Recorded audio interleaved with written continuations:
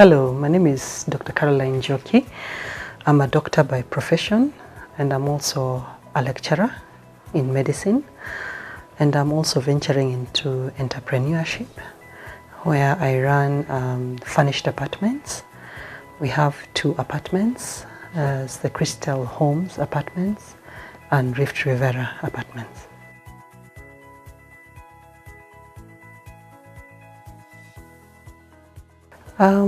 I ventured into the furnished apartment business sort of like an accident. I had the 2 houses and I was not able to get tenants. It's been a bit difficult getting tenants in 3-bedroomed houses. And then an agent actually advised me to try the furnished apartment business, and that's why I reluctantly ventured into it. Of course, we had a lot of challenges. I didn't have an entrepreneur's mind because I have always been an employee in the health sector, and I knew almost zero in the real estate and property sector. So we started off rough. We were delivering a lot of high-end furniture, high-end quality finishes, but we were not getting clients. And then I attended the Centonomy Entrepreneurship business forum to get to see how an entrepreneur thinks like.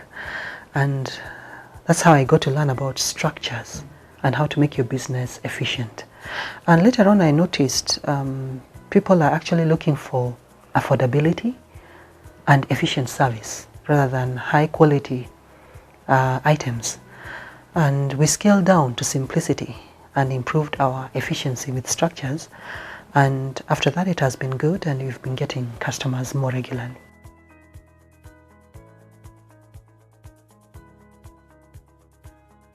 Capital to start the business. We actually started the business from savings, but we actually didn't have these savings. I was lucky to be employed, but I noticed I was not having any savings. But actually when I attended the first season of Centonomy in Nakuru, that's where we were introduced to budgeting and frugal living. And I actually noticed how much I was wasting as much as I was earning a lot. So we tightened the belts and we realized that I was actually saving so much from that. And I accumulated those savings over the next 6 or 7 months. And that's the way I was able to finance to have the apartments up and running. When I'm talking of frugality, I actually noticed it was not eating into my quality of life. As a matter of fact, I even noticed my quality of life was improved, because what I realized is that I was not actually enjoying life. I was actually wasting money. But when I started the frugal living, I was able to budget money not just for the things that I need to do, like raise capital, but I was also able to save for something like a holiday and actually go there feeling absolutely not guilty. So I felt that frugality and budgeting, you're able to allocate resources, including even to enjoy yourself better, and there's less wastage. When you're less frugal, if I compare previously and now, before I was less frugal, I actually hardly used to have any money, even for holidays. I was not looking for better ways to improve my income. If I have a holiday and there's an offer, I would skip right through it. But nowadays I find myself looking for offers to cut down on such costs and taking advantage of opportunities. So I feel living frugally and also budgeting wisely gives you sort of like an edge to be able to enjoy better and to budget for the things that are good.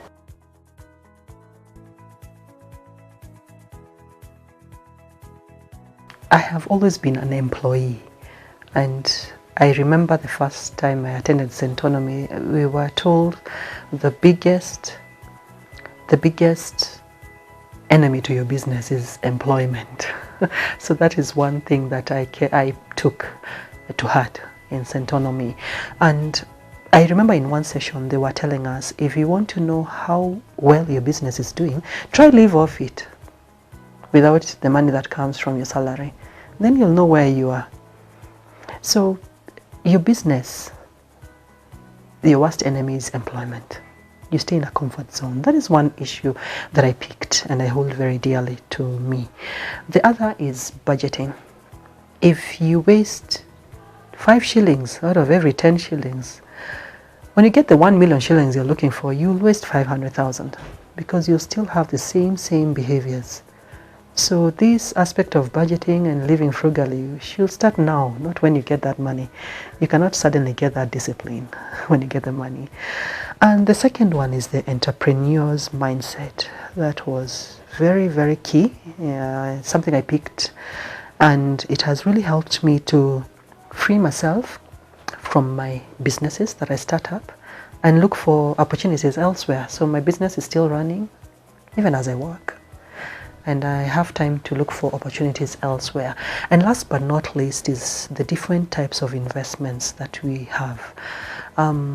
Most people, and I'm sure I'm not alone, have been taught to, well, invest in land. Well, land is not an investment for everybody. It depends on your goal. There are also bonds, long-term investments, short-term. But the very key thing that came out clearly is to align your investments with your goals. That way you will be able to wake up every morning to go and work and save money for that goal.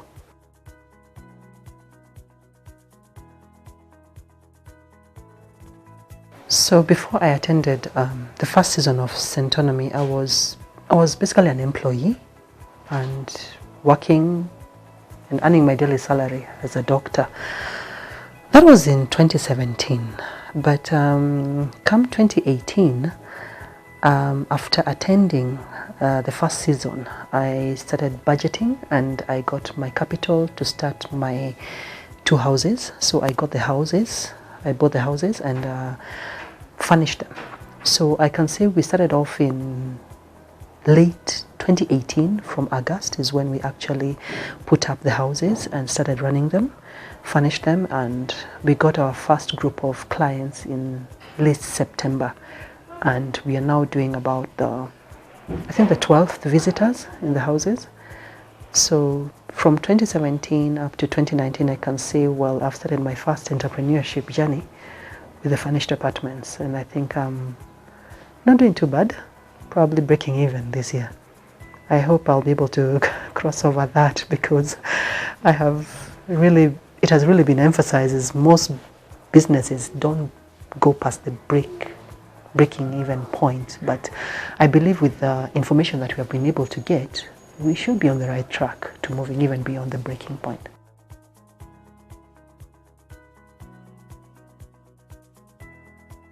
In future, I feel more confident to taking risks. To be honest, I feel this was a risk, and I feel there are many people around me who also felt the same and are reluctant to do the same. I tried to get a few people over so that we can start off this furnished business, but as you can see, it's a high risk. You could invest and not get visitors, but I feel more confident with the information I have to take risks. So I believe in the future, I'm probably going to start another venture, probably another company, another venture in another totally different entrepreneurship, or I could move my entrepreneurship to another county or to the capital city and put up more furnished apartments there. So I feel more confident to try out new things, even those that seem risky.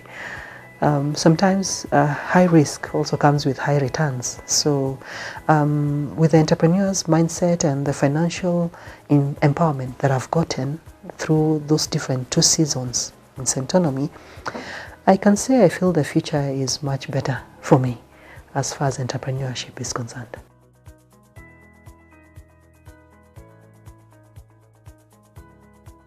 I would say one of the biggest setbacks we have is fear, which we totally understand, because our schooling system did not prepare us with financial literacy. So that is something that really holds us back when you want to start off a business. You've been brought up to pass your exam, get employment, and sit in a comfort zone. And getting into the entrepreneurship business can be a bit stressful, and you can have anxiety because you don't feel prepared enough. Neither can you enroll You can, if at all you're interested, and you can enroll in a master's in economics, business administration. But for some of us who are probably not in that line, just taking a simple course, like in Centonomy, I was surprised what a 12-week course can do. It's so easy and written in language that anybody, including a doctor like me who had no information about business, will understand. So these small short courses could be quite they could be quite useful if you're trying to go into businesses, because they teach you about business structures, you know, how to do a business plan, doing feasibility studies. And I've been getting a lot of young people coming over and asking me, Njoki, how did you do your furnished apartment?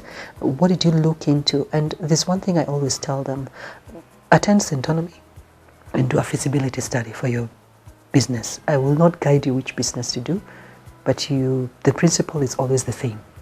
You need to have structures and you need to have a business plan. And I don't think you'll be able to get that just from anybody. These are things that need to be taught to you.